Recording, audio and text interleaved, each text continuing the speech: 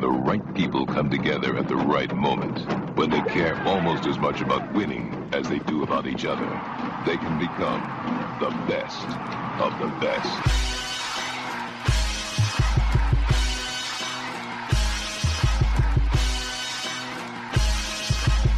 Welcome to the best soccer show. The best soccer show in the whole world. Here we go. It's the best soccer show. Jason Davis with you on a Wednesday night. Thank you for checking out the best soccer show. Hopefully you don't arrive, see that Jared's not here, and then immediately leave. Like, it'd be nice if you guys hung out and talked about soccer with me. That's the goal here on a Wednesday. Jared is not here. That's the first thing I guess I have to address. I have to mention that Mr. Dubois is otherwise indisposed. I believe one of his kids is having a birthday. And who am I to tell him, hey, you have to do a podcast with me, not celebrate your kid's birthday? Like, that seems like a big ask. So he's not here. He is taking care of his kid's birthday, which is great. We are here. We get to talk about soccer. We get to talk about some things that are happening in the U.S. men's national team world. If you clicked on the link, you would see that I have Pepi stays, Puli sits, Poch gets Snippy. So it's a bunch of peas. We're just like lining up peas tonight on the best soccer show. Any comments, any questions, any concerns you want to throw in, go ahead and do that in the chat. Let me know what's on your mind. We don't have to stay on topic because, this is the best soccer show. And why would the best soccer show ever need to stay on topic? We can range. We can go all over the place. Check in if you're supporting the show tonight and you're with me on a Wednesday, 9 o'clock East Coast time, 6 o'clock out west. I'm still digging out from whatever this storm was called. I know we name winter storms now. I don't remember what this one was named, but it is still like blocks of ice as far as the eye can see in my particular part of the world. So I'm trying to stay warm, and tonight is doing that with you guys. So, first of all, if you want to be a supporter of the show, you want to be a bestie, you want to get special status, you can go over to patreon.com/thebestsoccershow and become a patron. And you can support the show. Number one, you can join the Besties crew on the Slack, which is brilliant. Not sure exactly what they're getting into right now, but I've seen there's been plenty of action in the community channel. I think there's been some talk in some of the culture channels. I think wrestling is they're always talking about wrestling over there on the Bestie Slack. Not everybody is into that, right? I know I'm not up on wrestling, but shout out to my men Freddie, Allison, Jason, David. They're all like doing wrestling chat. Like, what are the wrestling promotions now? Like, I know there's obviously WWE, which that's the big one. Didn't they just do a show in like Saudi Arabia, maybe? They do a show in Saudi Arabia for the wrestling? Anyway, this is not a wrestling podcast. This is a soccer podcast, and we will get into the soccer. There's probably something about Saudi Arabia I could talk about with soccer. I don't think we have any American players over there, but there's always something going on with Saudi Arabia when it comes. I think Cristiano Ronaldo's throwing a tantrum over the PIF. Like, that's the sovereign wealth fund of Saudi Arabia that has invested in pretty much every sport, but obviously put a lot of money into soccer and brought people like Cristiano Ronaldo to Saudi Arabia. And Ronaldo is protesting and sitting out games because he thinks it's unfair that they're spending more money on Al Hilal than his team Al Nasser. The same fund. This is like single entity on steroids, right? At least you could say, while MLS used to be much more controlling of its team and their teams and their rosters and budgets and such, it was pretty much everybody got the same amount of money. And then if the owner wanted to spend more, they could. Not like, you gave Al Hilal Karim Benzema and you're not helping my team, Cristiano Ronaldo's team. And so he's upset and he's angry. I don't know what that means for his World Cup. Ricardo Pepi's World Cup. Has it been helped by the deal to Fulham falling through? Now, let me put my cards on the table. I'm a Fulham fan. I decided to throw my lot in with Fulham a couple years ago, right? I felt that I couldn't pick one of the big six. That didn't feel right to me. I don't blame anybody who does. It's nice to win trophies. But I thought, hey, I don't feel true to myself if I pick a team that feels like I'm glory hunting. So I picked Fulham, and there's good reasons why I picked Fulham, right? There's a lot of American connection. Yeah, shout out to John saying full America. Full America. That's exactly what I was going for. I wanted that vibe. My friend Sean Francis is a Fulham guy, going back to the old school Full America days. Shout out to Sean Francis. If you don't know Sean Francis, go look him up. So I thought Fulham would be a nice club to pick. Obviously, there's already one American there. Tim Ream left, so there's just one left. And it'd be nice to have another one. And man, I like Ricardo Pepi. Like I've been on the Ricardo Pepi train for a long time. Like we've talked about him on this show, going back to his emergence at FC Dallas and then obviously working his way into the national team and all. I think we even had a couple of drops back in the day. I don't have him ready to go. I don't have a Ricardo Pepi drop ready to go. But we did spend some time in Ricardo Pepi. Right? And he went to Augsburg for a $20 million price tag that felt like a lot of money for an untested player at that level. He went to a relegation-threatened Bundesliga team. They did not take care of our guy, Ricardo Pepi. Now, you could argue, right, and it's a tough one to argue against, that he wasn't good enough. I think that was a bad situation. I don't think he should have ever gone to Augsburg. So he ends up in Holland. He scores a bunch of goals. He makes a move to a bigger club that is now the dominant team in Holland, in PSV Eindhoven. Just as he is establishing himself as the starter, like getting some run as the guy, he busts his arm and gets injured. But this is also timed out the January transfer window. And Fulham reaches out to PSV Eindhoven and says, hey, we like your guy, and we'd like to sign him. And we'd like to do it this winter, which on the surface is a very odd bit of timing. Because why would Fulham sign a player December or January? Why would PSV? It's just a weird bit of time when he can't play till March, right? Can't play till March because of his arm. So anyway, Fulham's like, okay, we'll take your guy, 37 million pounds, I think the number got up to. And then PSV Eindhoven at the last minute says, no, actually, we need more. We're not ready to sell him. We need to get a replacement in before we can sell him. And I'm looking at the standings, and I'm looking at the timing of Pepi's injury, and I'm going, what? Wait, what? Because you have a 17-point lead in a 17-point lead in the Eredivisie, like a 17-point lead, not a 5-point lead, not even an 8-point lead, a 17-point lead, and you need to keep hold of a guy that's not going to play for you until March. It doesn't make a lot of sense. I do think this might be overplaying the hand a bit from PSV Eindhoven. But remember, it's Ernie Stewart over there. Like it's Ernie Stewart over there making the decisions for PSV Eindhoven.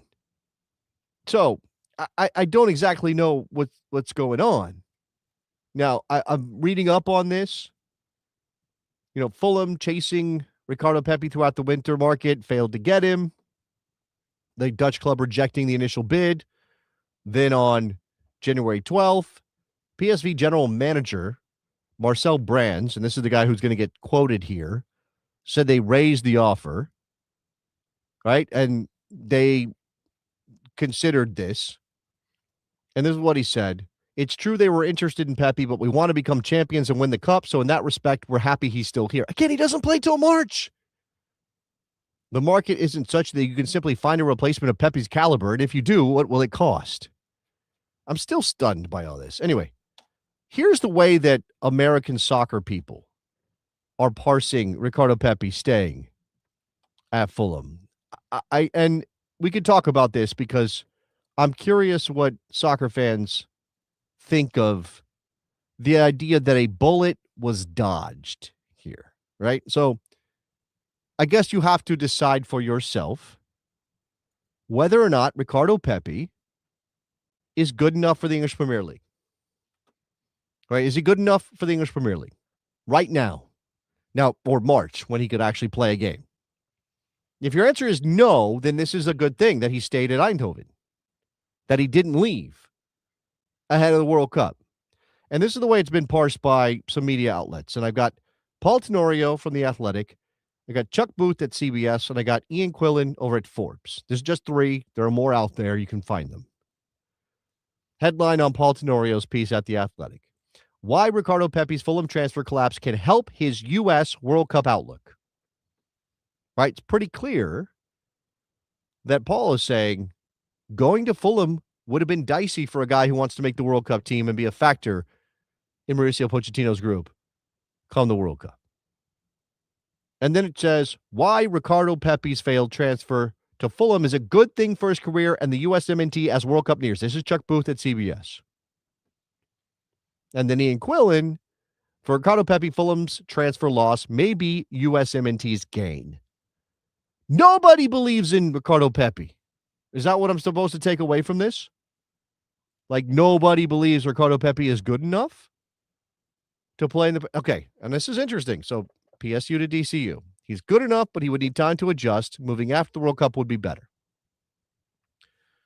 I understand that logic. I do. I get it. Right? And you know, I'm not even saying it's wrong to imagine that staying in Holland might be better for him in this moment ahead of the World Cup. But there are lots of times guys nearly get there. They get right up next to the big move, and then the move falls apart, and it never comes back. They never get another chance. Something goes wrong. Now, I imagine that for PSV, the idea is not only is he tough to replace right now as we're chasing things in our season, but maybe he scores a couple goals in the World Cup and adds a couple million euros to that total, that price tag, and they can squeeze a little bit more out of whoever comes in for him next. Maybe that's Fulham, maybe that's somebody else.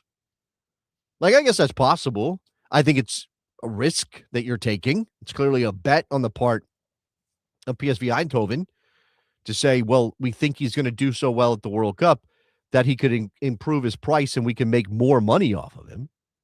Because, again, he's coming back from injury now. He could be cold going to the World Cup.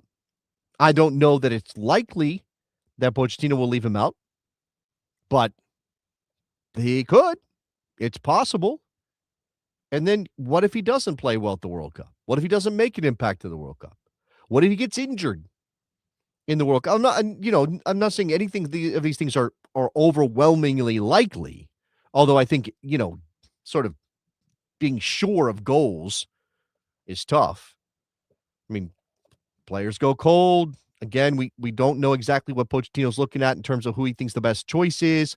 I think if you're talking about Balogun or Pepi, Balogun still seems ahead, at least in the national team picture. How much does club form inform what Pochettino does with that? Again, Pepi will have, 2 months? 2.5 months, maybe? I don't think it's 2.5. I think it's 2 before he goes into the World Cup. I haven't looked at the calendar to see when Pepi's supposed to come back and how many games PSV Eindhoven has left on their schedule. But I bet you it's not more than 5 or 6 at most. Maybe not even that. So how much of a difference can that make for him? And again, I agree with this. Any move is a bet on yourself. And how crushed is Pepi? How crushed is Pepi by this, and how does that impact him? I hope not. I hope he's I hope he's pretty strong that way psychologically and doesn't let this hurt him in terms of his confidence levels. Clearly, it's a confidence boost that a Premier League club is willing to spend nearly £40 million on you. That's a thing, right? I don't know. Again, I'm not blaming Paul or Chuck or Ian for writing what they wrote. Because if you think about it, how many games will he play? Will he be able to score goals? He's more likely to get more games and more goals in Holland than he is in the English Premier League. But imagine, let's, again, betting on yourself. He's got a nose for a goal. He gets into 3 or 4 games for Fulham before the end of the season, if he had made the move now, and scores a couple of goals. Talk about a confidence boost for a young player who is maybe ready to erupt on the world stage. And there are things, again, we just don't know. I'm okay with it not happening. Even as a Fulham fan, I'm okay with it not happening. And there is plenty of reason to think Fulham will go back in the summer and maybe try to get this done. Again, why would Fulham want to do it in the winter when that typically you have to pay a premium to get players in the winter? And Fulham is kind of stuck dead mid-table. I mean, they're just on the outside of that group that maybe is fighting for those European spots. I'm not saying I don't think they're capable, but and look, I don't know. It's 4 points back of Chelsea. Maybe you get a couple more goals. There are three teams between them and Chelsea in fifth. You could imagine yourself maybe getting a Europa League spot if you're Fulham. That would be a nice return to that competition, which Fulham has played in before. I don't know. Like I think I'm twisted up by the emotions of it being an American as a Fulham fan, because Raul Jimenez cannot carry the load by himself for Fulham at the striker position. They're going to have to get somebody in. Do I want it to be Ricardo Pepi? Do I want it to be an American? Is that too much of an ask for him? Is he ready? Those things, man. Those things are tough. Those things are really tough. Christian Pulisic did not play for AC Milan in their last victory. And AC Milan's having a nice little moment right now. They're second in Serie A. Obviously, they would like to be first. They're chasing their city rivals, Inter, in that competition. I think Allegri has done a really good job this season. Obviously, they only have one competition to worry about, or one major competition to worry about, and that, of course, is Serie A and the Scudetto. So there are something here for Milan to chase. Christian Pulisic has been part of it up to this point, but missing. Didn't dress in that 3-0 win over Bologna. Now, that it doesn't necessarily mean that this is some long-term issue that is going to impact Christian Pulisic's World Cup. But he is fragile enough that I think we just have to, worry a little bit, don't we? Don't we? I mean, even if it's we're resting him, he just needs a break. Lots of players can kind of play through those, or at least be available. And they're saying this is bursitis, an inflammation of fluid-filled sacs near joints. And this is reportedly in his hip. He's got bursitis of the hip. That doesn't sound good. That doesn't sound good. And Allegri said ahead of the game against Bologna, which was on Tuesday, that was yesterday, he said, if Pulisic is better, we'll take him. And then they didn't take him. So he must not have been better. So where is your DEFCON on Christian Pulisic and his health right now? Take us to DEFCON 3.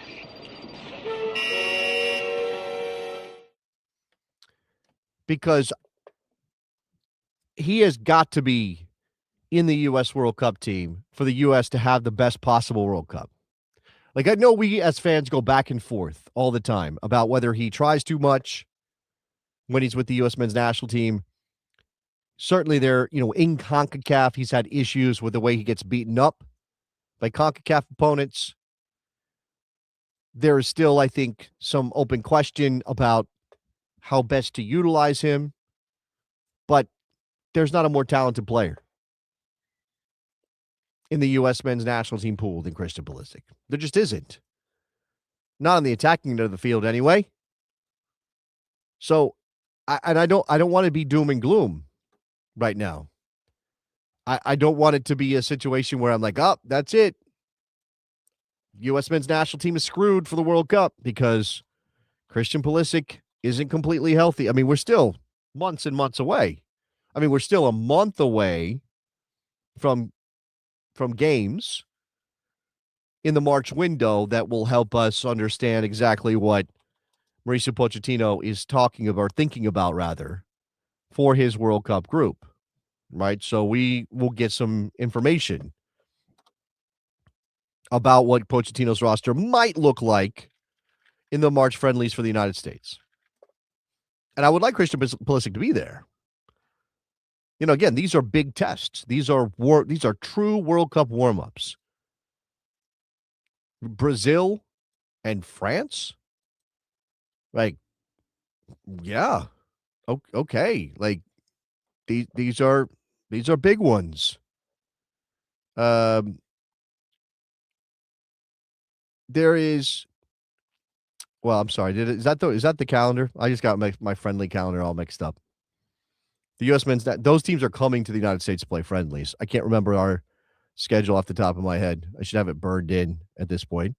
But obviously, look again. Whatever the situation is for the United States, so it's Belgium and Portugal. That's what I knew. I was wrong with Brazil and France. They're playing in Massachusetts, but it's Belgium and Portugal, right? So Belgium on March 28th and Portugal a couple days later, and those are tests, right? Those are strong contenders to do something at the World Cup this summer in the United States. And I think, obviously, if Christian Pulisic is not completely fit, then you don't bring him in so that he can get fit for the World Cup because it's much more important. And we've been through this, right? Should Christian Pulisic just sit out some time? Should you not call him up for the summer? We had this back and forth. He wants to play in the friendlies, but not play in the Gold Cup. And I mean, we are now at the point as the calendar has turned over that if you can call up your best team, you call up your best team. Like you call up the team that you think you're going to be taking to the World Cup. Things might change between now and May when the squad is named, right? That you have to adjust because things happen. Players might be injured, form might crash, but Christian Pulisic is going to be in that team, and he's having a very good season for Milan. I just wish he wasn't so goddamn fragile. Like I just want him to be a little bit. And man, look, how can you blame a player when it's something out of his control? Like I mean, it's not his fault, right? But it kind of feels like Christian Pulisic is letting us down. And man, I don't know, man. It doesn't at this point. We know who he is. Like we know who he is. Speaking of Italy, and speaking of American players in Italy, shout out to Weston McKennie, who I saw was named Juve's January Player of the Month. And this has come with, obviously, you've probably seen his form. He had that side volley goal this past weekend for Juve. This has come with renewed rumors or renewed reports that there's a contract offer on the table for Weston at Juventus. And I saw, and these are specific numbers that I don't know were like public. Somebody's trying to do reporting. But it says that Weston McKennie could get a raise from 2.5 million euros a season to 3.3 million. What's interesting about that is that's a big raise, significant, and he deserves it, and he's been great, especially since Spalletti has taken over. But he could make more in Major League Soccer. Like a la Michael Bradley, Josie Altidore, and that generation, he could come here and make more playing in Major League Soccer. If somebody was willing to give him a DP contract, I think Weston McKennie could get almost double that.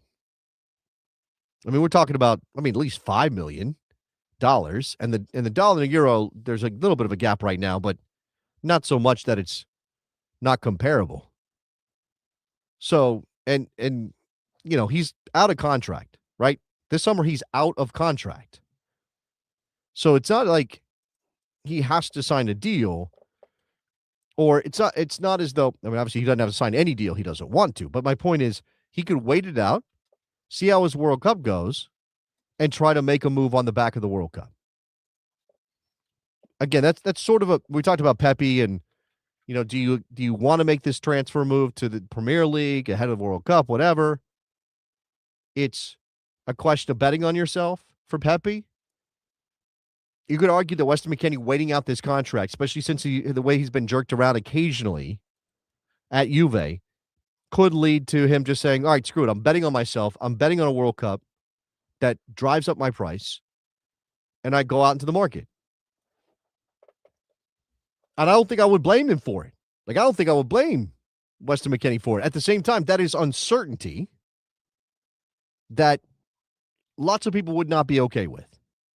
Like, it's becoming more of a thing in world football for players to wait out their contract than ever before. right? So there is now a movement for players to wait out contract, particularly when they know a big club wants to come in, but maybe doesn't have the money in their transfer kitty to spend on them. I mean, this is how Real Madrid got Kylian Mbappe. They paid nothing to PSG for Kylian Mbappe. They just waited out his contract and signed him as a free agent on a free. And I think Weston McKennie would have demand on a free. And maybe he does want to test the waters and go somewhere else. I mean, I've even seen, Milan mentioned as a potential destination. I don't know if they have more money to spend on Weston McKennie, but maybe he wants to go to a different club in Italy if he wants to stay in Italy. Maybe test those waters. There is this question from Spider Zlatan. If they extend Luciano Spalletti, I bet that helps Weston stay. Of course, if the guy who backs you and has turned you into Juve's best player since his arrival sticks around and is going to coach the team next season, yeah, you may want to stay because there's no guarantee that you go somewhere else and the manager feels the same way about you or that you are utilized the same way. But man, I kind of want him to have the balls to do that thing, to risk it. Like, just give it a shot. Maybe just see. And there's also the rolling debate, right? Everybody in American soccer media, podcasting, content creation is doing that thing where we talk about why isn't Weston McKennie higher rated? Not just by, everybody, although I think he's getting plaudits right now in Europe and in Italy especially. And again, Juve want him. It's just whether they have the money to make it worth his while to sign a contract rather than wait to the summer and see if he gets a bigger raise off the back of a World Cup. But it's that question of how does Mauricio Pochettino not see Weston McKennie as crucial to his World Cup team? Like, if you're Pochettino and you're watching Juve games, you have to be impressed by Pochettino, by Weston McKennie, and you have to he's got to be in your team. I know there will be questions, right, for Pochettino, how best to utilize him. And there's always that thing of, do you adjust what you're doing with everybody else, right, in order to get the most out of one or two or three players?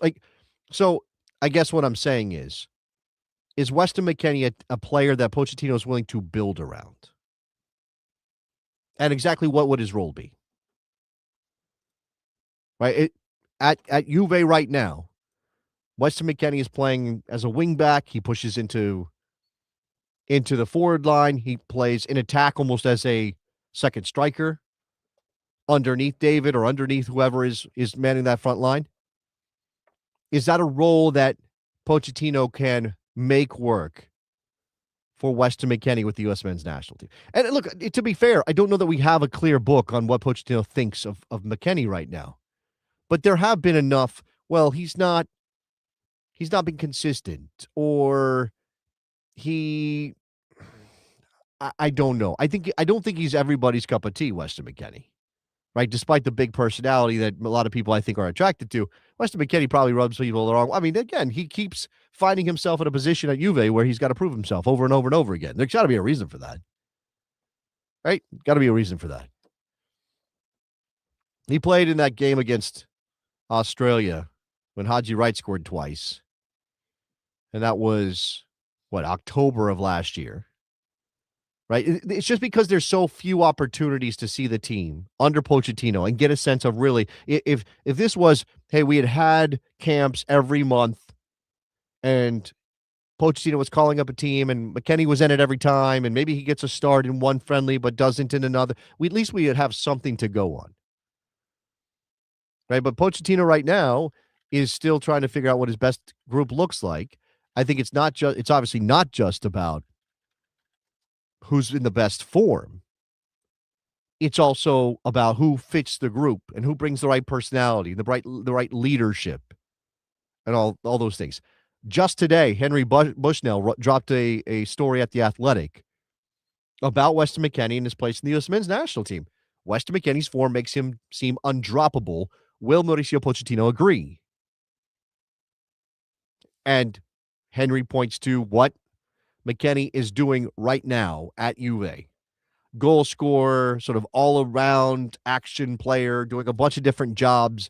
Again, sort of against the ball, playing more as a defensive player and dropping deeper, and then with the ball, pushing up and finding those right moments to pop in the box as the extra body. Again, Spalletti seems to be in love with the guy. He said he would make an excellent striker, Luciano Spalletti. He said that McKennie has all of the tools to be a striker, and if he's coaching Juve, he means at a place like Juve, right? And again, he's playing as a second forward a lot of times under Jonathan David. And then again, he's kind of all over the place in the defensive setup when Juve is against the ball. And that is a tactical understanding that is remarkable, and obviously an athletic ability that not everybody has. He's got an instinct on him. And I definitely think his education in Italian football with the tactics that are so prominent there has been part of his maturation into the player he is now. Like, he's had moments at Juve, but this is the best form of his career. And I'll just read from Henry's piece. As Pochettino drifted this fall toward a system with wingbacks, 2 central midfielders, and 2 attackers in pockets behind a striker, questions arose surrounding McKennie's place in it. A central midfield role is too restrictive. You got to be pretty stay-at-home, cover your, you got to be disciplined. And that's what, you don't get the best out of McKennie if he's disciplined, or if you ask him to be disciplined. And then you've got those advanced roles. One of them, it seems to belong to Christian Pulisic. Right. And again, the fall game in which McKennie played in a forward line in a 3-4-3, they might have lined up in a 3-4-3, but he played in that forward line, or he played somewhere in that forward line. Maybe there's something there. You got Malik Tillman, who has kind of emerged as a guy who's got to be in your team right now as a creative influence. And McKennie just hasn't had, he's been a skipping stone through Pochettino's period as head coach. I mean, he didn't call Weston McKennie into his roster in September and November, right? Among stuff happening at Juve with Spalletti just arriving, and the excuse being, hey, he needs to get settled with his team. And then saying something about, we already know what he is. I remember this very distinctly. I think we talked about it a lot on the show. Like, we know who Weston McKennie is. We know what kind of player he is. So again, what it's a mixed messaging from Pochettino. And as I said, if he is sort of a unique tactical weapon for a national team where you don't have time to train it up, where you're constantly thinking, we've got to make it relatively simple so we can go from camp to camp, match to match. Now, they'll have more time to build up towards the World Cup, where maybe training can help you sort of unleash Weston McKennie as a weapon. That may be a possibility, but that's also Pochettino deciding, I'm willing to do that work. I'm willing to figure it out so that Weston McKennie, who's clearly a very, very good player, can influence my team and help us in the World Cup. Right? And Pochettino has constantly done this thing where he's kicked the can down the road and sort of deciding, this is what we are now, this is what my team is. Right? With he's done tinkering. No, he's still messing around with the roster. He's got a system. Oh, no. He's still figuring that out. We go to the 3-back system. We go to wingbacks, which I don't believe he's married to. I mean, let's not presume that Pochettino is just going to stick with that system come hell or high water at the World Cup. I mean, he could decide to change on a moment's notice if he thinks that it's a better setup against a certain opponent. Right? Weston McKennie is a very unique problem. It's a good problem to have, right? You do, right? You build around players who have sort of next level tools, or are so versatile, or can be so bewildering for the opponent to deal with. You have to maximize. Like, that's what a good coach does. Take the tools he's given and figure out how to maximize them. And Weston McKennie is a player that has incredible upside if you put him in the right places. Again, going to read from Henry. McKennie is a playmaker, not in the traditional sense. He is neither a visionary number 10 or a flashy winger, but in his own unique way. He drives the team forward with his running. He pulls opponents out of their preferred shapes. He makes them uncomfortable, either with his off-the-ball movement or strength in duels in a way that very few American players can. Now, he can't, good point by Henry, he's not the most technical player, meaning he's not the cleanest with the ball, right? Sometimes his touch is a little loose. Sometimes, half turn, that kind of thing. Maybe not always the best. But if you give him an opportunity to play his teammates in and then run off the ball, find space, Weston McKennie has to be in the World Cup team. He has to be involved. He has to be. Whew. So Pochettino did this media availability last week, which we're going to get to because of the Tim Weah stuff. And he was asked about Weston McKennie's form, and he said, it's very good that he is playing in a regular way, being very consistent now in Juventus. Yes, we are happy that our player performs and plays in a very consistent and very regular way. Now it's about assessing all the players that we already know, how to mix the 26 players, thinking, of course, always about the World Cup. Giving nothing away and not saying, yes, Weston McKennie's a guy that we're going to make a central part of our team at the World Cup. Didn't commit to any of that. And I think Poch likes to play close to the vest. I also think that explains all of this nonsense with Tim Weah and the comments.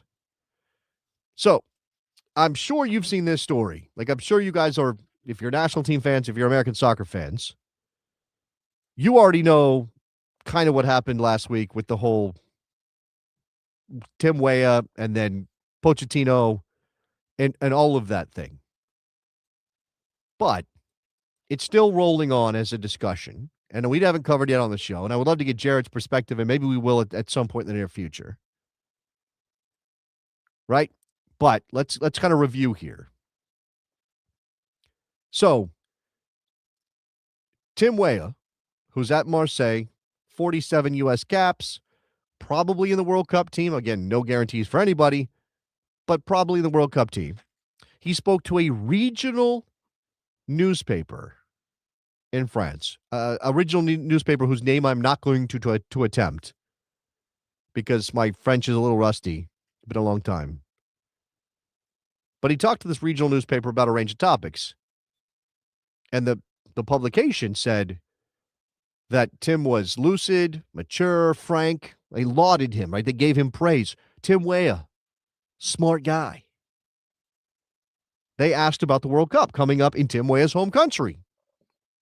And Tim Weah, because he's not an idiot, because he's aware, Tim Weah said, I'm disappointed by the ticket prices. Lots of real fans will miss matches. It's too expensive. Football should still be enjoyed by everyone. Now, I think this is probably very much an organic, honestly held belief of Tim Weah's, which, by the way, it's really hard not to think that tickets are overpriced. Like, who's out there going, you know what, tickets are right. That's the right price for the World Cup tickets. Even people who can afford them. Even people who have set aside money and are like, yeah, whatever, I'll pay $1,000 to go to that game.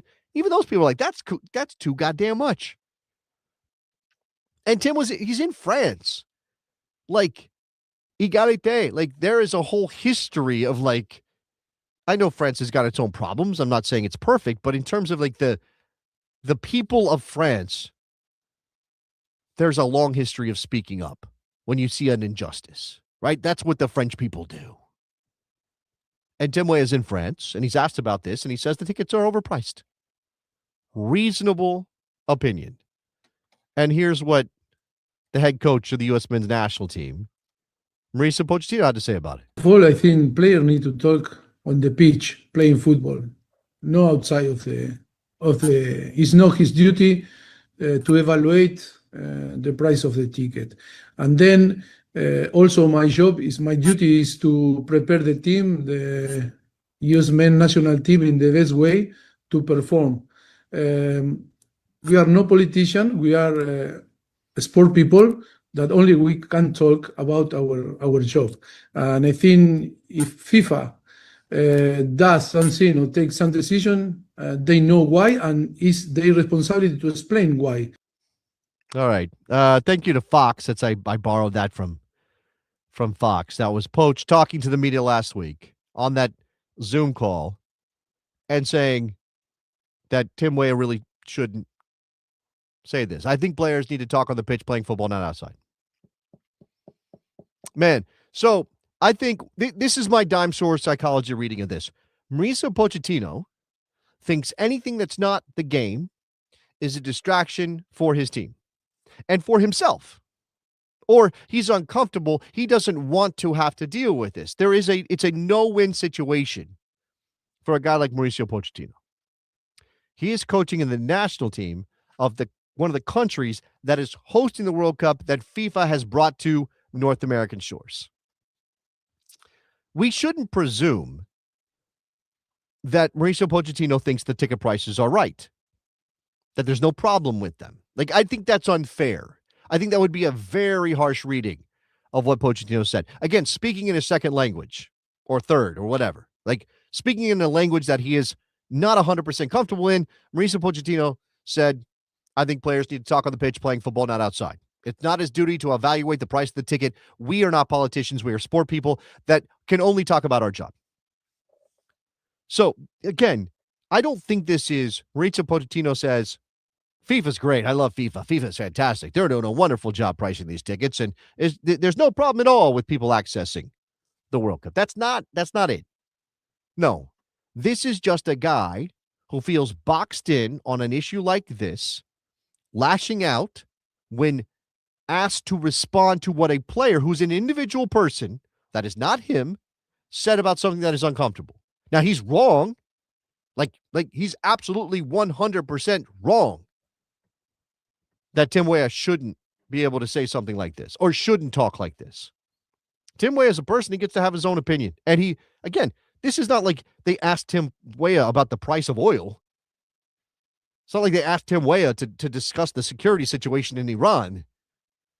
It's not like they asked Tim Weah. He's not even asking. They asked Tim Weah about the immigration enforcement in America, which is obviously a pertinent topic right now. They asked Tim Weah about the World Cup, a tournament he expects to play in a country he represents and where he was born. Of course, Tim Weah should be allowed to have an opinion about that. It's a bad look for Mauricio Pochettino. And I'm not defending the guy. Like he fucked it up. Like he fucked it up. This is not how you do this. Especially in this moment.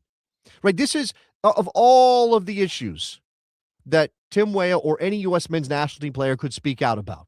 Of all of the issues that are sort of right there in front of our faces right now, some of you watching on the video will know one of those issues is very much on my mind. Of all of the things that Tim Weah could be asked or any national team players could talk about, this is like the most innocuous one. Right? This is where the stakes are lowest. Like, obviously, as fans, we feel aggrieved that FIFA is basically pricing us out of a once-in-a-lifetime opportunity to see the World Cup on our home soil. Like, I'm mad about it. I'm angry about it. I don't like it. But if you talk about the big picture, it's not life or death, right? It's just sort of, this sucks. I'm upset, but this is not going to fundamentally change my life. There are other topics, other politics. If Mauricio Pochettino wants to bring politics into this, there are other politics that would be much more difficult to talk about if Pochettino was asked about them. So the smart thing for Pochettino to do would be to say, Tim Weah is entitled to his opinion. I am a soccer coach. My job is to prepare the U.S. men's national team. Next question. That's it? John is saying they would fine him or send his ass to media training and tell him to STFU, shut the fuck up, but going forward. Look, I'm hoping that there was a conversation. I hope there was a conversation after the fact. Like, Mauricio, like that maybe wasn't the way to handle that. Like, maybe you don't criticize your player for saying something like that, which is speaking to an issue that fans who you are supposed to be talking to as you prepare. I mean, look, it's not your job necessarily to interact with fans, although Mauricio Pochettino had no problem going to Ohio State and participating in college football events. I don't know. He's not. I don't think he's contractually obligated to do all these forward-facing things. But obviously, it comes with the territory that as the national team head coach, with the World Cup coming, in a country where the sport is still growing, and you got to sell it. That'd be nice if you were good at that. And I don't think that Pochettino is the most charismatic dude out there, so it's a little bit of work for him. But your number one job is to not put your foot in your mouth. Right? That should be your number one job. And it's certainly much nicer or better or potentially helpful, and it sends a better message if you say, I support Timothy Weah having an opinion about this. Tim is allowed to have, if you don't want to give your own opinion, you don't want to put yourself in that awkward place of having to either sound like you're defending the ticket prices or criticize, just do that. Punt. Nobody would have been upset if Mauricio Pochettino had punted this question and said, I don't really know what Tim said. I'm not sure, exactly what's going on there. That's his opinion. I think this is a cultural thing as well. I think Pochettino, comes from a football mad culture, right? He's managed in football mad cultures. I think that he does think that you have a role and you're supposed to play it. Obviously, he wouldn't have said this if he didn't believe it. I think he believes it. That somebody like Tim Weah shouldn't be talking about these things. Even though, again, this is so very close to what Tim Weah's job is that it feels appropriate for him to have an opinion on it. Not like, hey, Tim, can you give us your opinion on how the administration is? No. That wasn't this. This was a soccer issue about the World Cup, the most important soccer event Tim Weah will ever experience. Again, on home soil, all those things. I'm annoyed by this because I want to like Pochettino. I've had my issues with him. I think he's put his foot in his mouth a couple of times, actually. And in this case, and he's kind of talked down to fans. And it feels like he's doing it again. And I guess you don't need your coach to be a nice guy. You don't have to love your coach as a person. You just want him to go win games. But you also don't want him to bring about a negative vibe to the culture of the moment around your team. Right? And again, it's sort of like, man, if you just didn't say this, I could feel better right now. And maybe we'll forget all about these things by the time we get to the summer. But at the same time, it's very possible we won't because it'll keep coming up. It'll keep coming up. Because this is very pertinent and very in front of everybody as we get ready for this thing. As FIFA faffs about to hand out tickets and figure out who actually gets to go to these games and how much they're going to charge. Right? As fan groups on the other side of the world go, I don't think we can go. We don't want to go. For a lot of reasons, but ticket prices is probably number one. What does that say?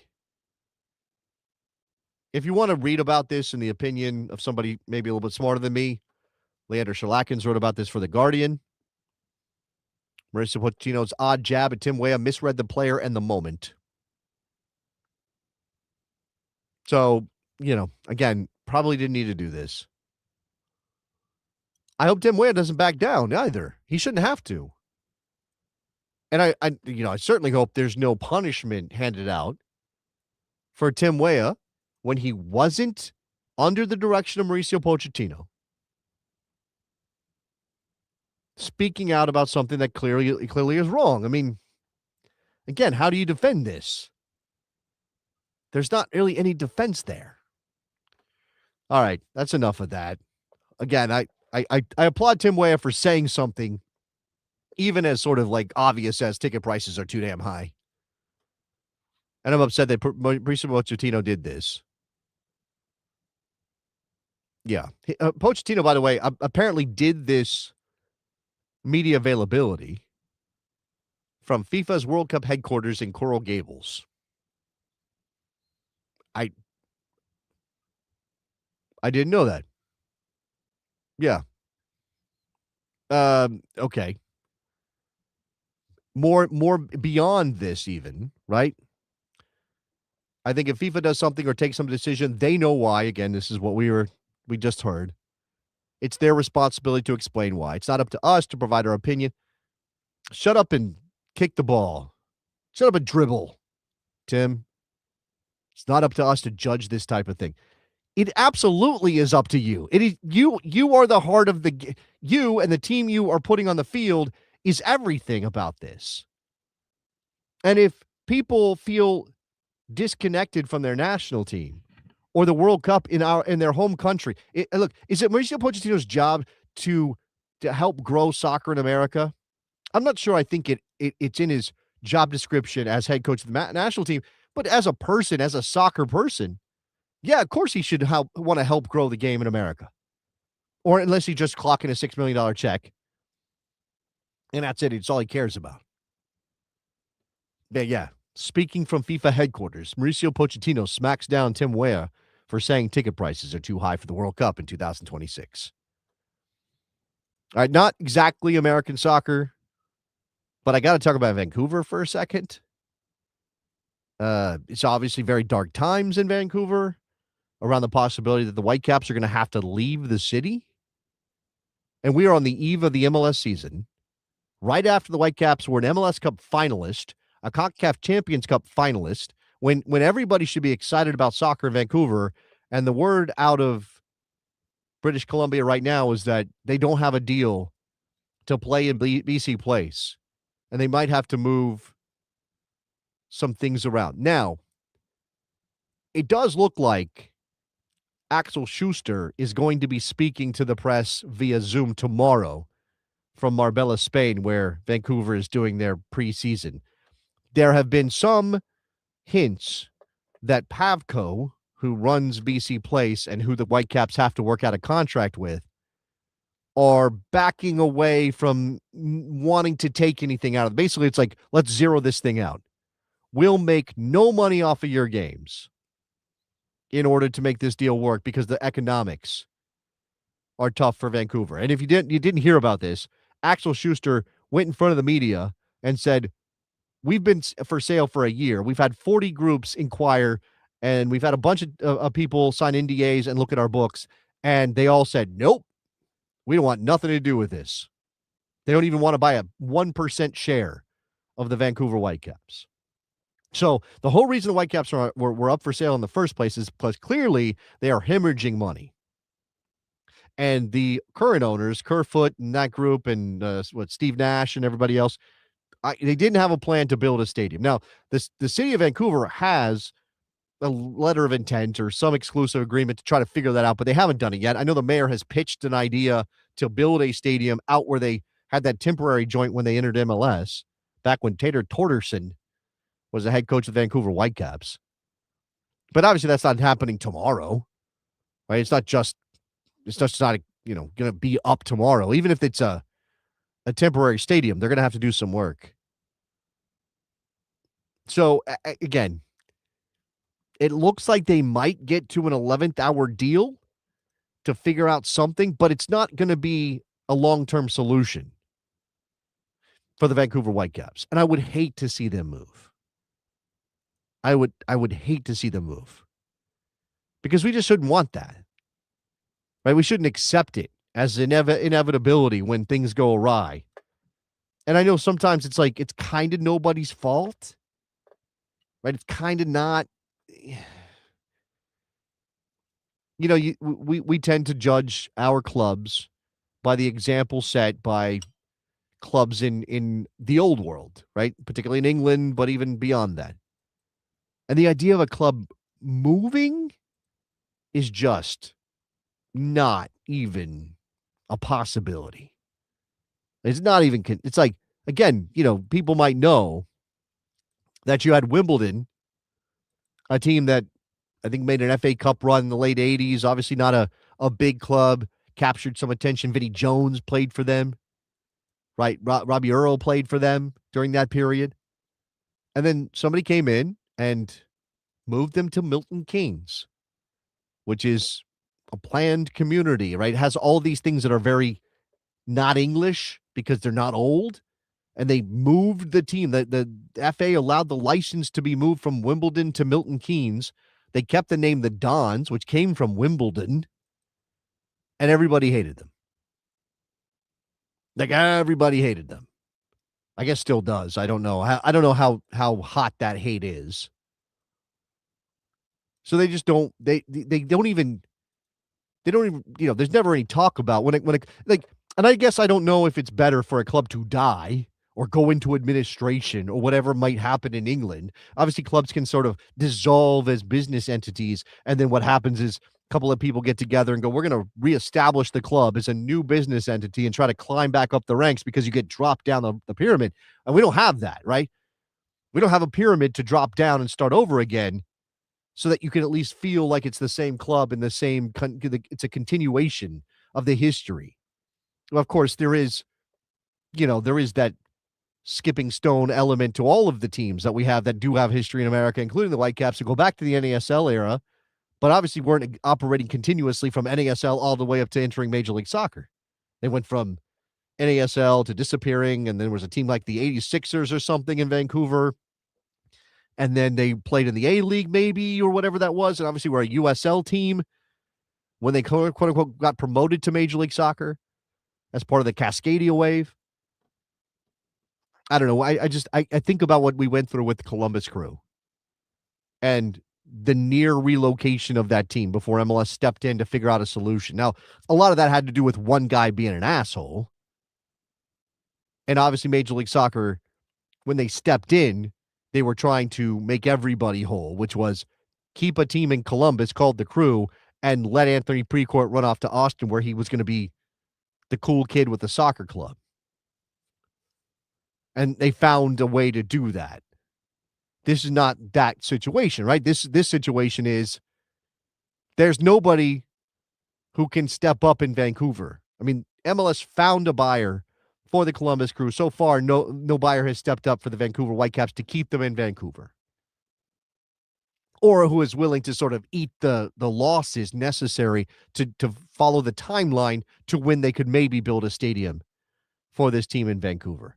And I think, from the beginning, we all were like, BC Place is trash for soccer. Like, I know when you get it filled up, it's a nice atmosphere. But, like, playing soccer in BC Place does not look good. And I have had MLS managers tell me that is by far the worst surface in Major League Soccer. And remember, people play on turf in Foxborough, right? They play in turf in a number of different places, and that's the worst one. That's the place you don't want to play if you can avoid it. At the same time, again, and I'm not even sure, like, I'm projecting to, like, commiserate with the soccer fans of Vancouver, because I think you very much could get to a place of, if they're not supporting the team, then why do they deserve to have it? Let them move. Who cares? Is there really a depth? Now, but if there's even a small group of fans in Vancouver, and I think it's bigger than that, but even if there's just a small group of fans in Vancouver who would be heartbroken to see that team leave, well, then MLS has got to do everything they can. And the Whitecaps have to do everything they can. And I don't know. I mean, again, this is also a function of our sort of fucked up attitudes about how professional sports is supposed to work in North America. Because maybe if it was anywhere else, you find a way for fan ownership to maybe be the solution here. Like, I know Peter Wilt will talk your ear off about that model and how it should be allowed here. And or I don't know if Canada would need to step in that situation. I know U.S. Soccer hasn't allowed for it under its league standards. By the way, speaking of league standards, your guy Jason, this is my third show today. I did morning kick around this morning, and we talked about USL and their big plans and some of the questions that are still swirling about despite their update last week. I talked to John Arnold about CONCACAF Champions Cup and what was coming up, or what was coming up tonight, rather what already happened. San Diego laying down a marker against Pumas. Nice one from Mikey Varys and his team. Anders Dreyer is just bonkers good. It's amazing he's in MLS. So San Diego looks great in that competition. So that was Morning Kick Around. Please go check that out. Morning Kick Around on YouTube. Subscribe, like, comment, share, post, review, whatever it is you need to do. That would be nice. Thank you. I did WTF with Eric Winalda today as well over on the Sirius XM. Guys, did you know I have a radio show? WNBC. WNBC. Did you know I'm on the radio? Did you know I'm on the radio? So, check that out too. Always tell Sirius XM that your favorite show is Jason Davis's show. You can mention Eric too. Eric's cool. I got no problem with Eric. We have fun over there. It's a very funny show. We hit up mostly European topics, but some American stuff pops in every now and then. So check that out. And then obviously this, we're still doing the Best Soccer Show for the time being. And I don't want to give too much away, but just be on the lookout for updates on what we're doing here on the Best Soccer Show. I also have I'm whatever. I'm doing too many things. I have a newsletter, Jason Davis Soccer Eagle. Go find that. It's on Ghost. You should just be able to type Jason Davis Soccer Eagle into your search engine and it will pop up. I have to work something up for Friday. It's usually when I drop them because I just use the week to write them out. Not sure what my topic is quite yet.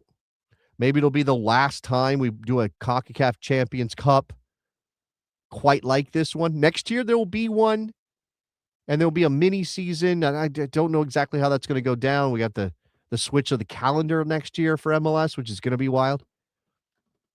I guess there is this one and next year that will kind of be on the same rhythms.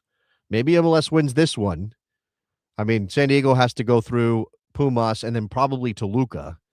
And, of course, you got Miami and Seattle in this as well. CONCACAF Champions Cup is a thing. If you follow me on Blue Sky, Davis, Jason, in that order, you should be able to find me. Good times are having good times. People are things are cool there. I guess that's it. Patreon.com/The Best Soccer Show. Please support the show there. Become a bestie. Join the community. Everybody is incredibly nice there. Obviously, a lot of long-standing fans, but there's new people as well. So you don't have to feel like you're being, like you're trying to jump into a clique that's already closed off. Everybody's very welcoming.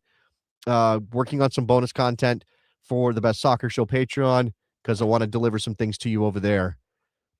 I think that's it. I think we're done. Shout out to my boy Jared Dubois. Jay Rodius. But we wish his kid a happy birthday, and hopefully Jared will be back very soon. And we'll do another show, and I will see you then. Bye.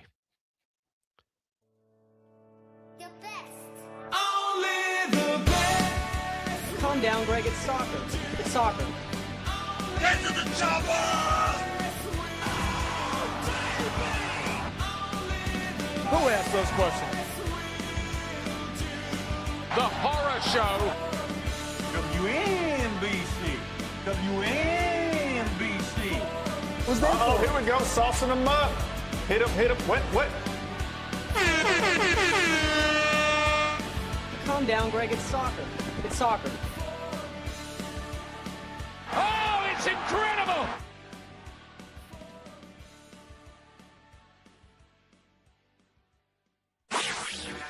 Jay Rodius.